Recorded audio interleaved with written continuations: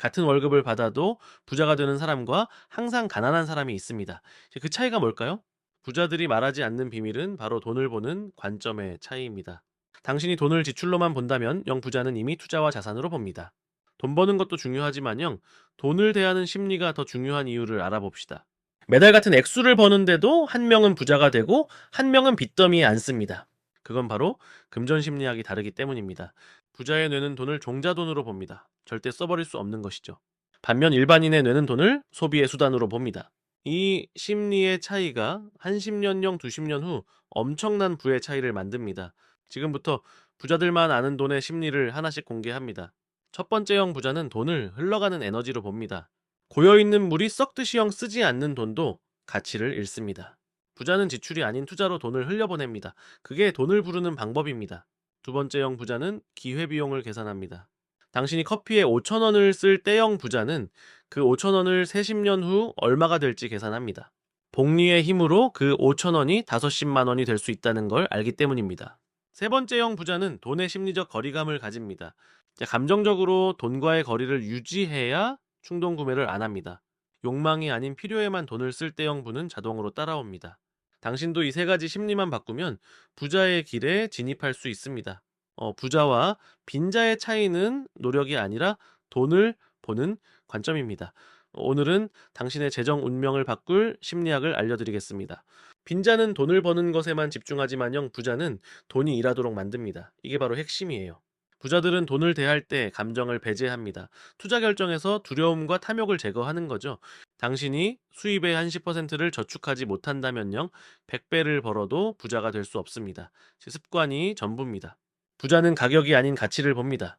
싼 물건을 사는 게 아니라 수익을 만드는 자산을 구매해요. 대부분의 사람들은 소비의 노예입니다. 하지만 부자는 자산으로부터의 현금 흐름으로 살아갑니다. 부자들은 돈을 빌리 대영, 그 돈으로 더 큰 돈을 만듭니다. 레버리지의 마법이죠. 네, 당신의 인생에서 가장 큰 자산은 당신의 수입 능력입니다. 이를 극대화하는 것이 첫 단계입니다. 부자는 실패를 배움의 기회로 봅니다. 손실도 자산도 아닌 데이터로 받아들인다는 뜻입니다. 지금부터는 당신도 부자의 마인드를 갖춰야 합니다. 두 번째 핵심으로 들어갈 준비가 되셨나요? 부자들은 하나의 수입원으로는 부족하다고 봅니다. 여러 수입 흐름을 만드는 게 전략입니다.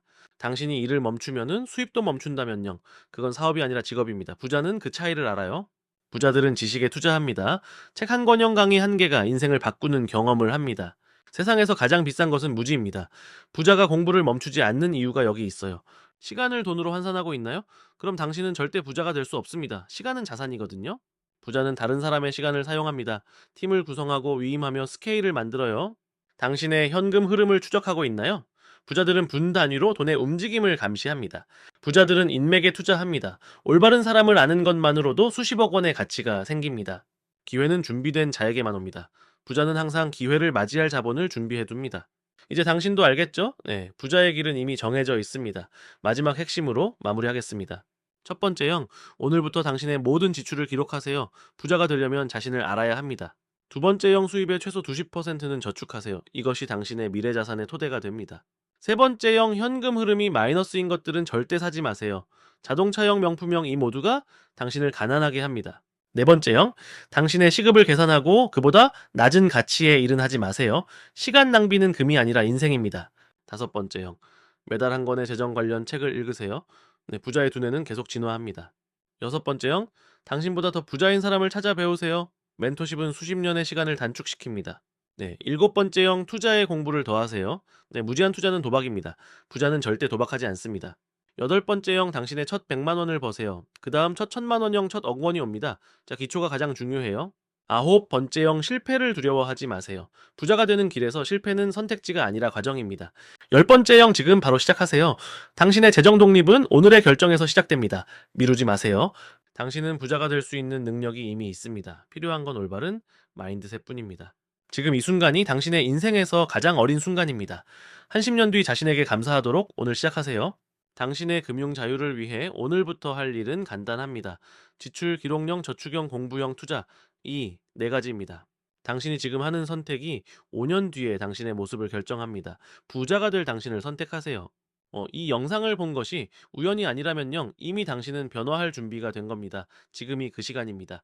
당신의 친구들형 가족들에게 이 지식을 공유하세요. 함께 부자가 되는 것이 가장 강력한 방법입니다. 이 채널을 구독하고 알림을 설정하세요. 부자의 마인드셋은 계속 진화하고 우리도 함께 성장할 겁니다. 댓글로 당신의 첫 목표금을 말씀해 주세요. 선언이 현실이 되는 과정을 경험해 보세요. 당신의 재정 독립은 꿈이 아닙니다. 올바른 마인드셋과 실행만 있으면 확정된 미래입니다. 오늘부터 시작하세요. 당신의 부자의 길은 지금부터입니다. 다음 영상에서 더 깊은 전략으로 만나겠습니다. 월급쟁이가 10억을 모으는데 걸리는 시간이 얼마나 될까요? 무려 13년입니다. 하지만 부동산 1차의 수익만으로 같은 금액을 벌 수 있다는 것을 아시나요? 지난 20년간 상위 10%의 자산은 3배 증가했습니다. 그런데 하위 50%의 자산은 거의 변하지 않았어요. 월급만 모아서는 절대로 이 격차를 따라갈 수 없습니다. 매달 300만 원을 저축하는 사람이 있습니다. 1년에 3,600만 원령, 10년에 3억 6천만 원. 하지만 같은 기간 부동산 1차회로 자산이 오바에 증가한 사람도 있다는 뜻입니다. 부자들은 이미 알고 있습니다. 자산을 불리는 방법은 월급이 아니라 자산이 자산을 만드는 구조입니다. 부동산이든 주식이든 결국 그 원리는 같습니다. 2023년 통계에 따르면 순자산 5억 이상인 집단의 70%는 부동산을 보유하고 있습니다. 주식만으로는 부자가 되기 어렵다는 뜻이 아닐까요? 당신의 월급은 매년 3~5% 증가합니다. 그런데 부동산 가격은 작년 한 해에만 8% 올랐습니다. 격차는 점점 더 벌어지고 있습니다. 여기 흥미로운 사실이 있습니다. 자산가 1000명을 조사했을 때 그들이 처음 투자한 자금은 평균 5천만 원이었어요. 그들은 어떻게 그 돈을 모았을까요? 신용대출로 자산을 사는 것이 위험할까요? 오히려 현명한 레버리지 사용이 자산을 빠르게 증식시키는 핵심입니다. 대출금리보다 높은 수익률이 있다면 말입니다. 부자들의 포트폴리오를 보면 공통점이 하나 있습니다. 절대 한 가지 자산에만 집중하지 않습니다. 부동산형, 주식형, 채권형 사업까지 다양하게 분산됩니다. 결국 당신이 내려야 할 결정은 이것입니다. 월급을 모으면서 시간을 낭비할 것인가요? 아니면 지금 바로 투자 전략을 짤 것인가? 부동산의 가장 강력한 무기는 무엇일까요? 바로 레버리지입니다. 1억으로 5억짜리 집을 살 수 있다는 뜻입니다. 주식으로는 이것이 불가능합니다. 하지만 부동산의 약점도 분명합니다. 유동성이 떨어진다는 것입니다. 3개월 안에 현금이 필요하면 부동산은 팔 수 없지만 주식은 단 1초에 판매됩니다. 주식의 장점은 명확합니다. 소액으로 시작할 수 있고 영 배당금으로 추가 수익을 거둘 수 있으며 영 세금 혜택까지 존재합니다. 하지만 과연 단기간에 부자가 될 수 있을까요? 흥미로운 통계가 있습니다. 지난 30년 동안 주식으로 평균 수익률은 연 8%였어요. 부동산은 연 4%였습니다. 그런데 부자는 부동산에 더 투자했습니다. 왜일까요? 답은 심플합니다. 부동산은 1,000만 원으로 5천만 원짜리 자산을 사는 것이 가능하지만요. 주식은 1,000만 원만 구입할 수 있기 때문입니다. 총 자산 증식 규모가 다릅니다. 그렇다면 가장 현명한 전략은 무엇일까요? 초기에는 부동산으로 기본 자산을 만들고영 동시에 주식으로 현금 흐름을 확보하는 것입니다. 구체적인 예를 들어보겠습니다. 월급 500만 원인 직장인이 3년 동시에 2억을 모았다고 가정해봅시다. 이것을 어떻게 배분해야 할까요? 현명한 투자자는 이렇게 합니다. 2억 중 1억 5천만 원으로 부동산을 매입하고 나머지 5천만 원으로 배당 주식을 매입합니다. 이렇게 되면 월급 외에 추가 현금 흐름이 생깁니다. 여기가 핵심입니다. 부동산의 월세나 전세 이자로 나오는 현금으로 주식을 계속 매수합니다. 자산이 자산을 만드는 선순환이 시작됩니다. 5년이 지나면 어떻게 될까요?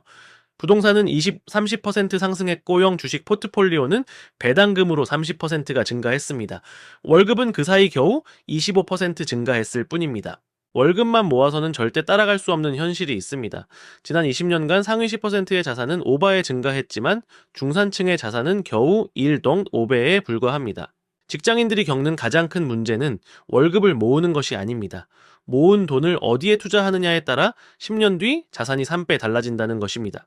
통계청 자료에 따르면 전체 자산의 60%는 부동산에서 나옵니다. 그런데 한국인의 평균 부동산 자산은 3억 5천만 원인 반면 상위 10%는 12억 5천만 원입니다. 더 충격적인 것은 주식입니다. 금융감독원 데이터를 보면은 주식 수익의 70%는 상위 5%의 투자자들이 차지합니다. 당신이 월급으로 저축하는 동안 부자들은 이미 보유한 자산으로 추가 자산을 만들고 있습니다. 이것이 바로 부의 악순환과 선순환의 차이입니다. 실제로 자산 5억 이상인 가구의 연평균 자산 증가율은 12%입니다. 반면 월급 3천만 원인 직장인의 저축률로는 연 3%에 불과합니다. 당신의 월급 3천만 원을 30년 동안 모아도 9억입니다. 하지만 5억으로 12% 수익을 30년 복리로 모으면 70억이 됩니다. 이 격차는 운이 아닙니다. 전략의 차이입니다. 부동산 레버리지를 쓰는 사람과 안 쓰는 사람형, 이 차이가 10년 뒤 10바의 자산 차이를 만듭니다. 월급으로 사는 사람은 집을 소비로 봅니다. 부자는 집을 자산으로 봅니다. 이 관점의 차이가 평생 자산을 결정합니다. 지금부터 당신이 알아야 할 것은 부동산과 주식에서 나머지 90%가 놓치는 핵심 전략 3가지입니다.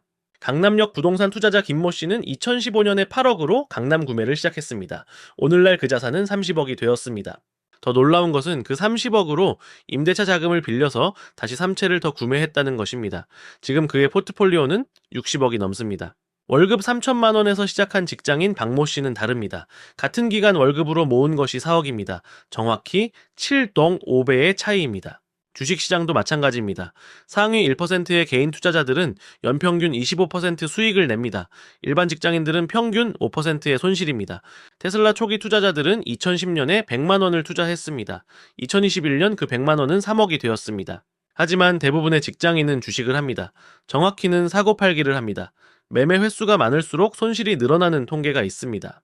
삼성전자를 1992년부터 30년 보유한 사람과 10년 동안 50번 거래한 사람의 최종 수익 차이는 4배입니다. 실제 사례로 서울대 교수 출신의 부동산 투자자는 초기 5억에서 시작해 20년 뒤 150억을 만들었습니다. 월급 4천만 원으로는 절대 불가능한 수치입니다. 강남 코엑스 인근 오피스텔 투자자들은 평균 연 8% 수익을 냅니다. 이는 보험료와 세금을 빼도 예금 금리의 4배입니다. 이제 당신이 알아야 할 것은 왜 이들은 성공했고 다른 90%는 실패했는가입니다. 그 핵심은 단 3가지 전략에 있습니다. 첫째 전략은 레버리지입니다. 5억을 현금으로 집을 사는 것과 5억으로 15억짜리 집을 담보대출로 사는 것은 다릅니다. 3년 뒤 집값이 20% 올랐다고 가정합시다. 현금 구매자는 1억 수익입니다. 레버리지 사용자는 3억 수익입니다. 같은 시간에 3배 차이입니다. 은행은 돈이 많은 사람이 아니라 자산이 있는 사람에게 돈을 빌려줍니다. 당신의 첫 자산 5억이 은행 문을 여는 열쇠입니다. 둘째 전략은 인내입니다. 주식과 부동산 모두에서 장기 보유 투자자의 수익률은 단기 매매자의 5배입니다. 5년 단위로 보면 부동산은 평균 20%씩 오릅니다. 10년이면 40%형 20년이면 80% 이상 오릅니다. 이것이 복리의 힘입니다. 주식도 마찬가지입니다. S&P 500에 2000년부터 투자한 사람의 수익률은 1200%입니다. 하지만 중간에 팔았던 사람들은 겨우 300% 수익입니다. 셋째 전략은 포트폴리오 다각화입니다. 부동산만 하는 사람과 부동산 60% 주식, 30% 채권 10%를 하는 사람의 20년 후 자산은 2배 차이입니다. 당신의 첫 5억을 만드는 방법은 월급 저축입니다. 월급 3천만 원에서 30% 저축하면 10년에 1억 1천만 원이 모입니다. 남은 7년 동안 추가 저축과 첫 투자 수익으로 5억에 도달합니다. 이것이 현실적인 실행 전략입니다. 5억이 생기는 순간 당신의 인생은 바뀝니다. 은행에서 얼마든지 돈을 빌려주고 그 돈으로 자산을 만들 수 있기 때문입니다. 오늘부터 당신이 할 첫 번째 행동은 가계부를 분석하는 것입니다. 월급의 정확히 몇 %를 저축할 수 있는지 파악하세요. 현실적으로 월급의 20, 30%를 저축해야 10년 안에 첫 자산 3, 5억을 만들 수 있습니다. 이것이 당신의 인생을 바꾸는 출발점입니다. 두 번째 행동은 부동산 시장을 공부하는 것입니다. 당신이 살 수 있는 지역의 평균 지가형 임대료형 수익률을 지금부터 기록하세요. 3개월만 지속하면 당신은 어느 지역이 수익률이 높은 지역 앞으로 오를 가능성이 높은지 분석 능력이 생깁니다. 세 번째 행동은 주식 입문입니다. 하지만 개별주 매매가 아닙니다. S&P 500 인덱스 펀드나 한국의 KOSPI 200에 월 50만 원씩 자동 투자하세요. 10년 동안 월 50만 원씩 투자하면 총 6천만 원을 넣습니다. 평균 9% 수익으로는 1억 2천만 원이 됩니다. 돈이 돈을 버는 경험입니다. 네 번째 행동은 당신의 첫 자산 목표를 명확히 하는 것입니다. 3년 뒤 1억형, 5년 뒤 3억형, 10년 뒤 5억 이렇게 구체적으로 계획하세요. 다섯 번째 행동은 지금 이 영상을 본 것을 행동으로 옮기는 것입니다. 내일이 아닌 오늘 가계부를 확인하고 저축 계획을 세우세요. 당신의 월급은 영원히 같지 않습니다. 하지만 당신의 자산에서 나오는 수익은 시간이 갈수록 커집니다. 이 선택이 평생을 결정합니다. 당신이 10년 뒤 부자인지 아니면 여전히 월급으로 살고 있는지는 지금 이 순간의 선택에 달려 있습니다. 구독과 좋아요로 당신의 결심을 표현해주세요. 요즘 월급을 받아도 불안한 사람들이 늘어났습니다. 하지만 알아야 할 중요한 사실이 있는데요. 실제 문제는 돈이 아니라 당신의 생각이 흔들리고 있다는 것입니다. 통계에 따르면 월급이 오른 사람 중에도 70% 이상이 더 불안해졌다고 말합니다. 이것은 수입 문제가 아니라 생각의 기준이 없다는 신호입니다. 당신이 매일 경험하는 불안감은 실제 위기가 아닙니다. 미래에 대한 불확실성 때문에 현재의 판단을 포기하고 있는 것입니다. 부자들과 빈곤층의 가장 큰 차이는 수입이 아닙니다. 불안 속에서도 흔들리지 않는 생각의 기준을 가지고 있다는 점입니다. 지금부터 알려드릴 3가지 생각 기준을 적용하면요, 돈의 액수와 상관없이 판단이 흔들리지 않습니다. 첫 번째 기준은 통제 가능성입니다. 당신이 할 수 없는 것에 불안해하는 순간형 모든 판단이 흔들리게 됩니다. 전 세계 경제가 어떻게 될지는 당신의 통제 범위에 없습니다. 하지만 당신이 매일 하는 선택과 습관은 완전히 통제할 수 있습니다. 두 번째 기준은 장기 관점입니다. 불안한 사람들은 모두 공통점이 있는데요, 지금 이 순간만 보고 살아간다는 것입니다. 5년 후형 10년 후 자신의 모습을 먼저 그려보세요. 그 이미지를 기준으로 오늘의 선택을 평가하면형 불안은 자동으로 사라집니다. 세 번째 기준은 재현 가능성입니다. 과거에 어려움을 극복한 경험이 있다면요, 당신은 이번에도 할 수 있습니다. 통제 가능성 기준을 정확히 이해하려면요, 당신의 일상을 3가지로 분류해야 합니다.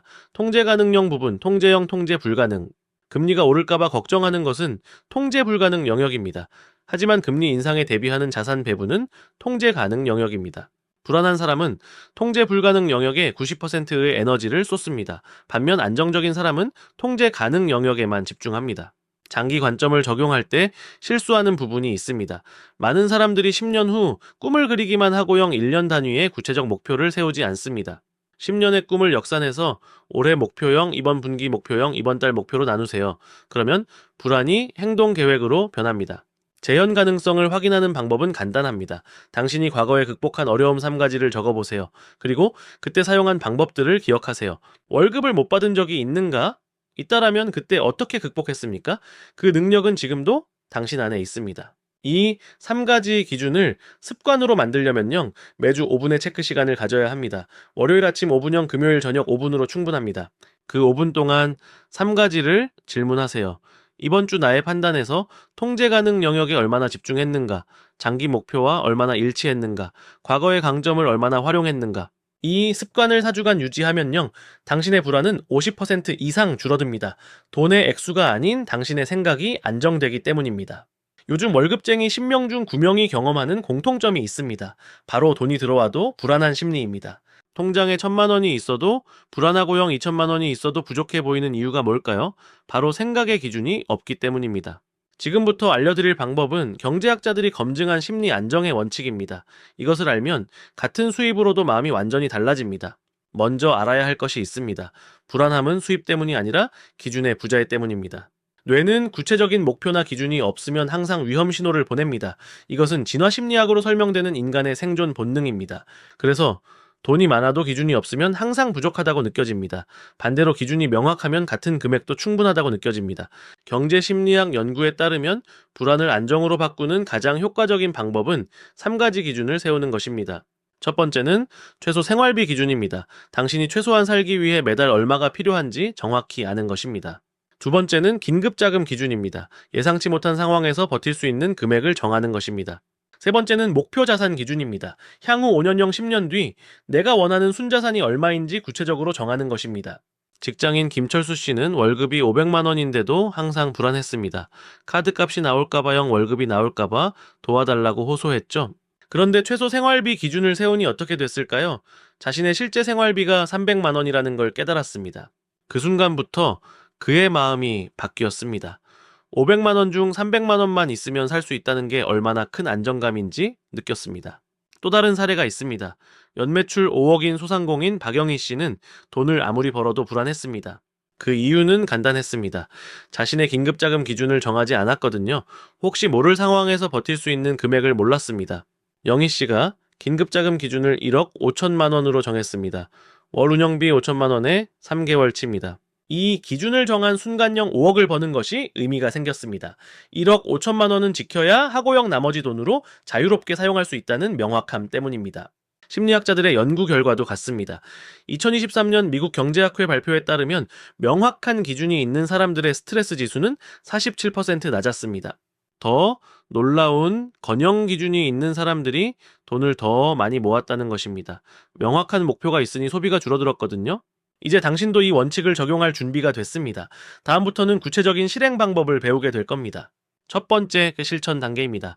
지난 3개월간의 소비 내역을 모두 기록하세요. 통장 거래 내역과 카드 청구서를 펼쳐보세요. 그리고 필수 지출과 선택 지출을 구분하세요. 밥용, 전기용, 교통 같은 것은 필수이고형, 외식용, 쇼핑용 구독료는 선택입니다. 이 작업을 하다 보면 놀라운 사실을 발견하게 됩니다. 당신이 생각하는 생활비와 실제 생활비의 차이를 알게 됩니다. 두 번째 단계입니다. 필수 생활비의 합계를 구하세요. 이것이 당신의 최소 생활비 기준입니다. 이 금액에 10%를 더한 것이 당신의 안정적인 월 수입 기준입니다. 예를 들어 최소 생활비가 300만 원이면 330만 원이 안정 기준입니다. 세 번째 단계입니다. 긴급 자금을 얼마로 정할지 결정하세요. 권장 기준은 월 생활비의 3배에서 6배입니다. 직장인이면은 세배형 사업가나 프리랜서면 6배를 권장합니다. 소득이 불안정할수록 더 많은 긴급 자금이 필요하니까요. 네 번째 단계입니다. 목표 자산을 정하세요. 5년 뒤 내가 얼마를 모으고 싶은지 구체적인 숫자로 적어보세요. 이 4가지를 스마트폰 메모나 노트에 적어두세요. 그리고 매주 한 번씩 읽으세요. 이 기준이 당신의 정신적 닻이 됩니다. 이제부터 어떤 소비 결정이 필요할 때마다 이 기준을 떠올리세요. 이것이 불안에서 벗어나 명확하게 판단하는 힘입니다. 지금 이 순간이 중요합니다. 많은 사람들이 이런 방법을 알지만 행동하지 않습니다. 다음 주 안에 반드시 당신의 최소 생활비를 계산해보세요. 지금 바로 통장 앱을 열어보세요. 이 기준을 세우면 무슨 일이 일어날까요? 같은 월급이어도 마음이 가벼워집니다. 같은 지출을 해도 후회가 줄어듭니다. 기준이 있으니까요. 가장 중요한 건영 같은 돈을 모아도 모이는 속도가 빨라진다는 것입니다. 왜냐하면 불안에서 나오는 과다 지출이 줄어들거든요. 통계를 다시 말씀드립니다. 이 방법을 적용한 사람들은 평균 6개월 뒤 자산이 22% 증가했습니다. 그것도 추가 수입이 아닙니다. 같은 수입에서 불안으로 인한 낭비를 줄였을 뿐입니다. 지금 댓글로 당신의 최소 생활비 기준을 이미 아는지 알려주세요. 답글을 통해 서로 격려받을 수 있습니다. 다음 영상에서는 이 기준을 토대로 자산 1억을 모으는 구체적인 로드맵을 공유할 겁니다. 오늘부터 불안에서 벗어나세요.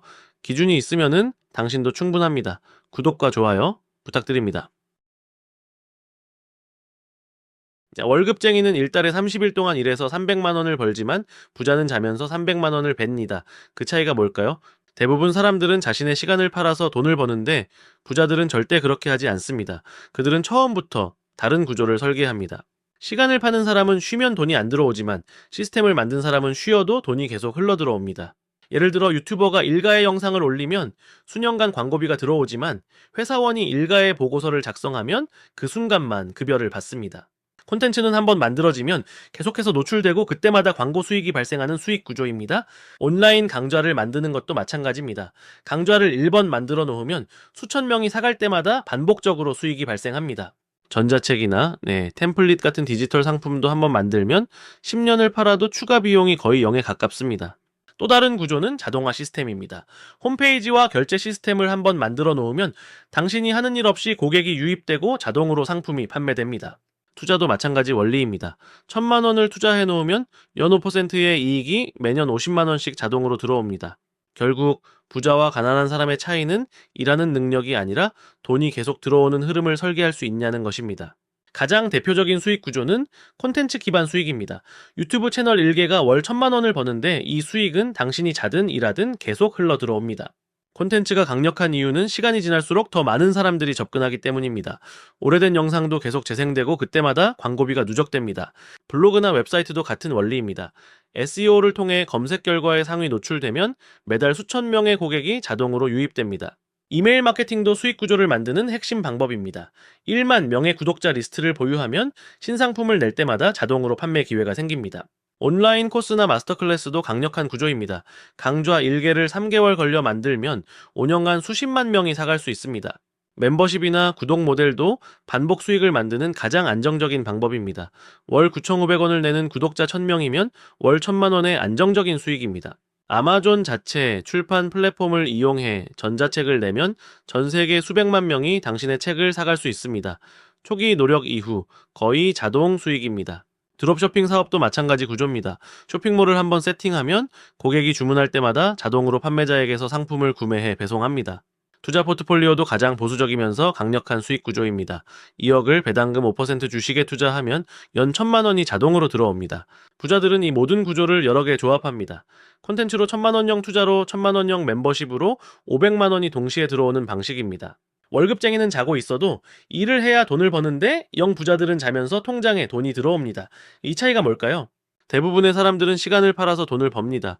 시간이 곧 돈이라고 생각하죠. 하지만 부자들은 전혀 다른 방식으로 접근합니다. 부자들이 만드는 것은 바로 자동으로 수익이 발생하는 시스템입니다. 한번 만들면 계속 돈을 만들어내는 구조죠.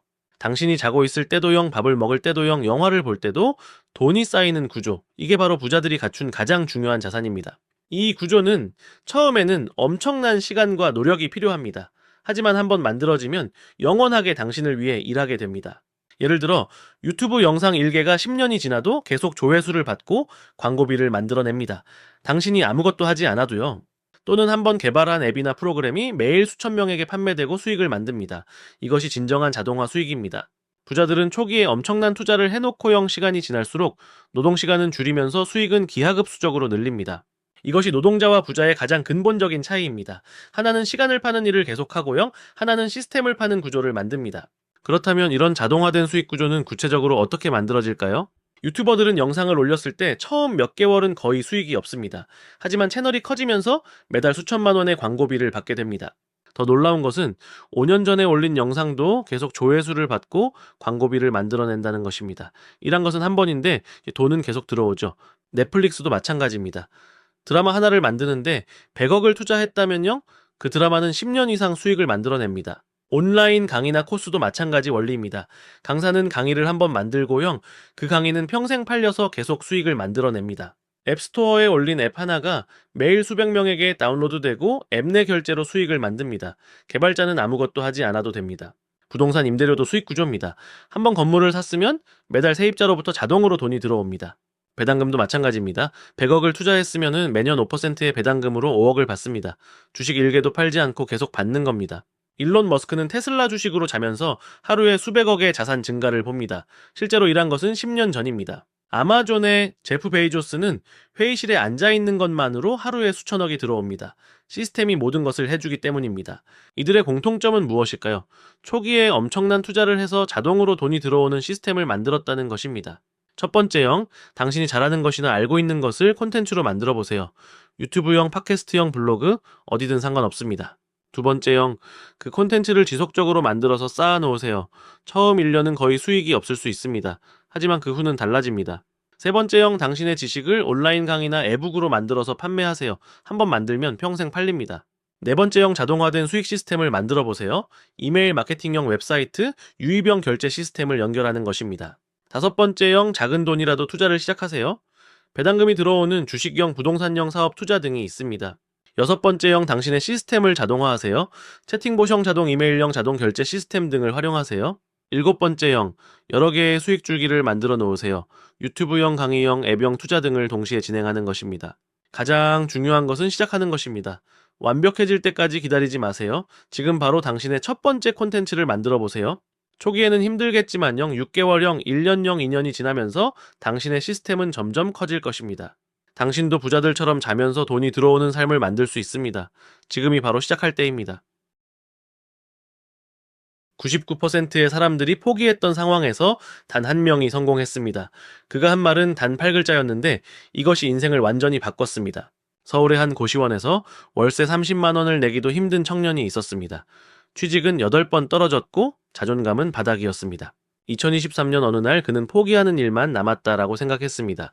하지만 그 순간 어떤 사람의 말을 우연히 듣게 됩니다. 그 사람은 유명한 인물이 아니었습니다. 단지 자신처럼 실패한 경험이 많은 평범한 사업가였습니다. 그의 말은 이것이었습니다. 실패는 피할 수 없지만 그 실패 속에서 깨닫는 것은 돈으로 살 수 없다고. 청년은 그날부터 마음을 다시 먹었습니다. 자신의 실패는 사실 더 나은 사람이 되기 위한 준비 과정이었다고 생각했습니다. 그는 그날부터 매일 새벽 5시에 일어났습니다. 떨어진 면접 피드백을 분석하고 부족한 부분을 채우기 시작했습니다. 6개월 후 그는 세계 상위 500대 기업에 입사했습니다. 월급은 전에 꿈도 꾸지 못했던 금액이었습니다. 하지만 더 놀라운 것은 2년 뒤였습니다. 그는 그 회사를 나와 자신의 사업을 시작했고 3년 만에 연매출 50억을 돌파했습니다. 지금 그는 월세 30만 원 고시원에서 벗어나 강남 펜트하우스에 살고 있습니다. 이 모든 것이 단 한 명의 말에서 시작되었습니다. 그런데 같은 상황에서 왜 누군가는 성공하고 누군가는 포기할까요? 심리학자들이 발견한 놀라운 사실이 있습니다. 포기하는 사람들은 실패를 피할 수 없는 것으로 봅니다. 성공하는 사람들은 실패를 정보로 봅니다. 예를 들어 스티브 잡스는 93번 실패했습니다. 하지만 그는 매 실패마다 한 가지 배웠습니다. 어떻게 하면 안 되는지를. 우리 청년도 똑같았습니다. 8번에 떨어진 면접에서 8가지 방향성을 얻었습니다. 9번째 면접은 이미 절반은 성공한 것입니다. 포기하는 순간 당신은 배우는 것을 멈춥니다. 성공하는 사람은 절대 배우는 것을 멈추지 않습니다. 그의 멘토가 말한 또 다른 중요한 말이 있습니다. 성공한 사람들은 실패의 주기가 짧습니다. 포기하는 사람은 한 번 실패하고 6개월을 생각합니다. 성공하는 사람은 10번 실패하고 일주일 후 다시 시작합니다. 우리 청년은 떨어진 면접 후 2일 이내에 분석을 끝냈습니다. 그리고 즉시 피드백을 반영했습니다. 이것이 6개월과 8번의 떨어짐 사이에 기적을 만든 공식입니다. 빠른 실패, 더 빠른 학습, 그리고 더 빠른 행동. 만약 당신이 지금 포기하고 싶다면 기억하세요. 당신의 실패는 누군가의 성공을 위한 학습 자료가 될 수 있다는 것을. 17세 거리의 노숙자에서 시작한 스티브 잡스는 대학을 자퇴했지만 그것이 자유였습니다. 포기하지 않은 그는 결국 세계를 바꿀 애플을 만들었습니다. 콜라 배달 기사였던 오프라 윈프리는 흑인 여성이라는 이유로 437번 떨어졌습니다. 하지만 그녀는 세계 최고의 방송인이 되었습니다. 맥도날드 창업자 레이 크록은 52세에 비로소 사업을 시작했습니다. 그때까지 20년간 실패만 했던 그는 이제 세계 최대 외식 기업을 만들었습니다. 할리 데이비슨 창업자는 23세에 간단한 자동차 부품으로 시작했지만 거절과 경제 위기 속에서도 100년 넘게 회사를 이끌었습니다. 영국 작가 조앤 롤링은 이혼 후 극심한 빈곤 속에서 해리포터 원고를 썼고 12번 출판사에 거절당했습니다. 지금 그녀의 자산은 1,000억 원을 넘습니다. 월트 디즈니는 첫 번째 스튜디오가 망했고 미키마우스도 거절당했습니다. 그럼에도 그는 포기하지 않았고 역사상 가장 위대한 엔터테인먼트 제국을 만들었습니다. 테슬라 일론 머스크는 첫 로켓 3번이 모두 폭발했습니다. 심지어 4번째도 거의 실패했지만 5번째에 성공해 우주 역사를 다시 썼습니다. 한국의 사업가 이건희 회장은 시장 진출 초기 3년 연속 적자를 기록했습니다. 포기할 이유가 충분했지만 그는 계속했고 삼성을 세계 기업으로 만들었습니다. 유튜버 뮤지션 싸이는 6년간 무명이었고 데뷔곡 8개가 모두 실패했습니다. 하지만 포기하지 않은 결과 강남 스타일로 전 세계를 뒤흔들었습니다. 네이버 이혜진 창업자는 정보통신 버블 속에서 3번의 회사 실패를 겪었습니다. 그 경험이 있었기에 네이버로 성공할 수 있었고 지금 한국 최고의 기업이 되었습니다. 첫 번째는 111도전 원칙입니다. 포기하고 싶은 그 순간 작은 것이라도 시도하세요. 당신이 할 수 있는 것부터 하면 된다는 것을 뇌에 각인시키는 것입니다. 두 번째는 성공 기록을 남기는 것입니다. 아무리 작은 성공이라도 노트에 적으세요. 3개월 후 당신이 얼마나 성장했는지 보면 계속할 수밖에 없을 겁니다. 세 번째는 롤 모델을 정하는 것입니다. 당신이 닮고 싶은 성공한 사람을 정해서 그 사람이라면 어떻게 할까 생각하세요. 그들의 결정 방식이 당신의 판단력을 높입니다. 네 번째는 주변 환경을 바꾸는 것입니다. 부정적인 사람들과의 연락을 정리하고 성공 지향적인 커뮤니티에 들어가세요. 당신은 당신이 보는 사람들의 평균입니다. 5번째는 실패를 데이터로 보는 것입니다. 실패했다는 감정 대신 이번 시도에서 뭘 배웠는가를 물으세요. 과학자처럼 실험하는 마음이 필요합니다. 6번째는 매일 5분 시각화입니다. 눈을 감고 당신이 성공한 모습을 생생하게 그려보세요. 뇌는 상상과 현실의 차이를 구분하지 못합니다. 7번째는 진도율을 측정하는 것입니다. 1년 목표라면 월별로 25%씩 도달해야 합니다. 수치화하면 모호함이 사라지고 실행만 남습니다. 8번째는 실패의 비용을 계산하는 것입니다. 포기했을 때 잃을 기회비용을 정확히 수치화하세요. 1년 버는 돈 2억 원을 포기한다는 것을 인식하면 강해집니다. 9번째는 체크리스트 제도입니다. 매일 할 일을 정하고 하나씩 체크하세요. 완료했을 때의 쾌감이 뇌의 도파민 분비를 촉발해 지속력이 생깁니다. 10번째는 정기적인 회고입니다. 일주일마다 뭐가 잘 되고 뭐가 안 되는지 정리하세요. 반복된 회고가 당신의 시스템을 고도화합니다. 여러분이 지금 느끼는 포기의 감정은 사실 신호입니다. 이 신호가 나타났다는 것은 당신이 정말 중요한 무언가를 향해 있다는 증거입니다. 역사상 모든 성공한 사람들이 당신이 지금 느끼는 그 감정을 겪었습니다. 그들이 특별한 게 아니라 포기하지 않은 것일 뿐입니다. 당신이 포기했을 때와 계속했을 때의 인생이 갈라집니다. 5년 후, 10년 후의 당신을 생각해 보세요. 계속한 당신의 모습이 얼마나 자랑스러울까요? 포기하는 것은 5초면 됩니다. 하지만 계속하는 것은 당신의 평생을 바꿉니다. 지금 이 5초를 지나면 당신은 이미 성공자입니다. 당신이 포기하고 싶어 한다는 것은 당신이 충분히 노력했다는 의미입니다. 이제 그 노력이 꽃피울 때가 임박했을 수도 있습니다. 오프라는 말했습니다. 당신이 해야 할 일이 무엇인지 모르겠다면 그 길이 맞는 길입니다. 최악의 길은 하는 척하는 길입니다. 지금 당신에게 필요한 것은 동기부여가 아닙니다. 필요한 것은 매일의 작은 실천입니다. 오늘 할 수 있는 한 가지부터 시작하세요. 당신의 경쟁자는 저 유명한 사람이 아닙니다. 당신의 경쟁자는 어제의 당신입니다. 어제보다 1% 나아지면 그것으로 충분합니다. 이 영상을 본 지금이 당신의 인생이 바뀌는 시점이 될 수 있습니다. 하지만 그것은 당신의 결정에 달려 있습니다. 지금 댓글에 당신의 다짐을 적으세요. 포기하고 싶을 때마다 이 영상을 다시 보세요. 당신은 혼자가 아닙니다. 지금 이 순간 수천 명이 당신처럼 일어나고 있습니다. 당신도 할 수 있습니다.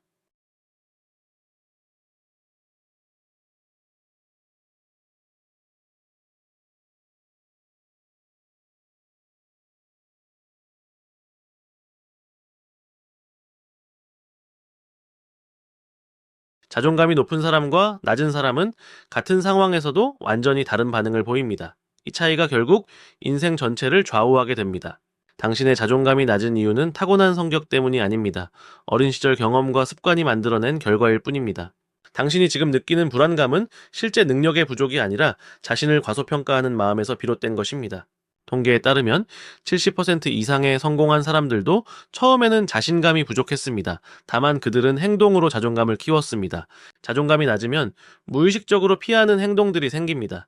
대화를 피하고 기회를 놓치고 스스로를 제한합니다. 당신의 말투는 당신의 자존감 수준을 그대로 드러냅니다. 계속 미안해하고 확신 없이 말하는 습관은 자존감을 더욱 낮춥니다. 비교라는 함정에 빠지면 절대 벗어날 수 없습니다. SNS는 이 함정을 더욱 깊게 만드는 최악의 도구입니다. 자존감이 낮은 사람일수록 남의 말에 쉽게 상처받고 자신의 선택을 정당화하려 합니다. 실패에 대한 두려움이 크면 클수록 자존감은 낮아집니다. 당신은 실패하지 않기 위해 아무것도 시도하지 않습니다. 지금 이 순간도 당신의 자존감은 당신의 말과 행동으로 점점 낮아지거나 높아지고 있습니다. 이것이 자존감 회복의 시작점입니다. 첫 번째 방법은 가장 단순하지만 가장 강력합니다. 자신에게 하는 말을 바꿔야 합니다. 매일 아침 거울 앞에서 3분만 자신에게 격려의 말을 건네는 것이 습관이 되면 3개월 후 당신은 완전히 달라져 있습니다. 두 번째는 작은 성공 경험을 의도적으로 만드는 것입니다. 오늘 반드시 할 수 있는 일을 정해서 완성하고 기록하세요. 당신이 완성한 일들의 목록을 만드세요. 불안해질 때마다 그 목록을 읽으면 자신감이 생깁니다. 세 번째는 당신의 외모와 몸을 존중하는 것입니다. 운동을 시작하면 일주일 안에 자신감 변화를 느낍니다. 좋은 옷을 입고 바른 자세를 유지하는 것만으로도 신경과학적으로 입증된 자존감 상승 효과가 나타납니다. 네 번째는 당신을 지지해주는 사람들과 연결되는 것입니다. 응원해주는 사람 한 명이 당신의 자존감을 크게 높입니다. 독성적인 관계는 과감히 거리를 두세요. 자존감을 깎아내리는 사람과의 시간은 당신의 인생을 낭비하는 것입니다. 다섯 번째는 의도적으로 작은 위험을 감수하는 것입니다. 항상 같은 방식으로만 사는 것이 자존감을 잠자게 만듭니다. 지금부터 당신이 할 것은 이 모든 것들을 하나씩 시작하는 것입니다. 완벽할 필요는 없습니다. 단지 시작하면 됩니다. 하버드 대학 연구팀은 자신감이 높은 사람들의 뇌 활동을 분석했습니다. 그 결과 자존감이 1단계 올라갈 때마다 인지 능력이 평균 23% 향상된다는 놀라운 사실을 발견했습니다. 서울의 한 직장인은 9개월 동안 자존감 회복 프로그램에 참여했습니다. 처음에는 월급 200만 원대에서 시작했지만 최종적으로 월급 350만 원대로 승진하게 되었습니다. 연세대학교 심리학과의 논문에 따르면 자존감이 낮은 사람은 하루 평균 127번 자신을 부정적으로 생각합니다. 반대로 회복된 사람은 단 12번만 그렇습니다. 강남 피부과의 여성 환자들을 대상으로 한 설문에서 자존감이 회복된 이후 외모에 대한 만족도가 35% 향상되었다고 답했습니다. 27세 직장 여성 김민지는 대인관계 공포증으로 인해 승진 기회를 놓쳤습니다. 하지만 3개월간의 자존감 회복 과정 후 팀장으로 승진했고 연봉이 4,500만 원에서 5,800만 원으로 올랐습니다. 서울대학생 커뮤니티 조사 결과 자존감이 높은 학생들의 학점이 평균 0.8점 높았고 취업률도 18%더 높았습니다. 인천의 한 쇼핑몰에서 일하던 24세 박준호는 자신의 목소리가 작다는 이유로 승진을 포기했습니다. 1년 후 자존감 회복 후 매장 매니저가 되어 월급이 180만 원에서 260만 원으로 증가했습니다. 2023년 한국심리학회 통계에 따르면 자존감 회복 프로그램을 완료한 사람 중 78%가 대인관계가 개선되었다고 보고했습니다. 서울 강남역 근처 대형 병원의 정신건강의학과 의사는 자존감 문제로 내원한 환자 중 71%가 6개월 내 긍정적 변화를 경험했다고 전했습니다. 30대 초반 회사원 이지은은 면접 공포증으로 3년간 같은 회사에 머물렀습니다. 자존감 회복 후 대기업 면접에 합격하여 연봉이 3,600만 원에서 5,200만 원으로 뛰었습니다. 첫 번째 실천법은 매일 아침 거울을 보고 자신에게 3가지 칭찬을 말하는 것입니다. 이것을 30일 동안 반복하면 뇌의 자신감 회로가 활성화됩니다. 두 번째는 작은 성취부터 기록하는 것입니다. 하루에 한 가지 목표를 정하고 달성했을 때 체크리스트에 표시하세요. 이 과정이 자신감을 쌓는 가장 확실한 방법입니다. 세 번째는 자신의 강점을 종이에 쓰는 것입니다. 최소 10개를 찾아서 나열하면 자기가 생각지 못한 장점들이 눈에 들어올 것입니다. 네 번째는 주 3회 이상 운동하는 것입니다. 운동은 자신감 호르몬인 테스토스테론 수치를 높이고 신체 이미지를 개선시킵니다. 다섯 번째는 부정적인 생각이 들 때 즉시 멈추고 대체 생각을 하는 것입니다. 예를 들어 나는 실패한다라는 생각이 들면 나는 배울 기회가 있다로 바꾸세요. 여섯 번째는 자신과 다른 사람과 비교하지 않는 것입니다. SNS 피드에서 남과 비교하는 습관을 끊으면 자존감이 평균 40% 상승합니다. 일곱 번째는 자신이 두려워하는 상황에 조금씩 노출되는 것입니다. 대인관계가 두렵다면 1명부터 시작해서 5명, 10명으로 늘려가세요. 여덟 번째는 신뢰할 수 있는 사람 3명과 정기적으로 대화하는 것입니다. 당신의 약점을 들을 수 있는 사람들의 피드백이 가장 객관적인 성장의 바탕이 됩니다. 아홉 번째는 매월 새로운 것을 배우는 것입니다. 새로운 기술이나 언어 또는 취미를 배우면 뇌가 새로운 회로를 형성하면서 자신감이 자동으로 올라갑니다. 열 번째는 자신의 가치관을 명확히 하는 것입니다. 당신이 무엇을 원하는지 아는 사람은 외부의 평가에 흔들리지 않습니다. 종이에 인생 목표를 적고 매주 읽으세요. 당신이 자존감이 낮다고 느끼는 것은 당신의 잘못이 아닙니다. 하지만 이제부터 이것을 바꾸지 않는 것은 전적으로 당신의 선택입니다. 이 영상을 본 지금 이 순간이 당신의 인생이 바뀌는 시작점입니다. 지금 바로 거울을 보고 자신에게 칭찬 한 가지를 말해보세요. 자존감이 회복되면은 당신의 인생이 급격히 변합니다. 더 좋은 사람들이 당신 주변에 모이고 더 좋은 기회들이 찾아옵니다. 당신의 부모님이 당신을 사랑하듯 당신도 자신을 사랑할 자격이 있습니다. 자신을 존중하는 것부터 시작하세요. 완벽해야 한다는 생각을 버리세요. 불완전하지만 노력하는 당신이 세상에서 가장 멋진 사람입니다.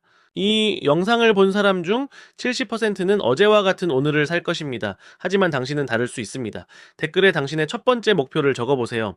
자존감 회복은 마라톤입니다. 작은 변화를 매일 쌓아가세요. 1년 후 당신은 현재의 당신을 못 알아볼 정도로 달라질 것입니다. 당신의 친구가 자존감이 낮다면 이 영상을 공유해주세요. 한 사람의 변화가 모여 더 큰 변화가 됩니다. 혼자가 아니라는 것을 기억하세요. 지금 이 순간에도 수많은 사람들이 당신과 같은 이유로 노력하고 있습니다. 오늘부터 시작하세요. 채널을 구독하고 알림을 켜세요. 당신의 변화를 응원하는 커뮤니티가 여기 있습니다.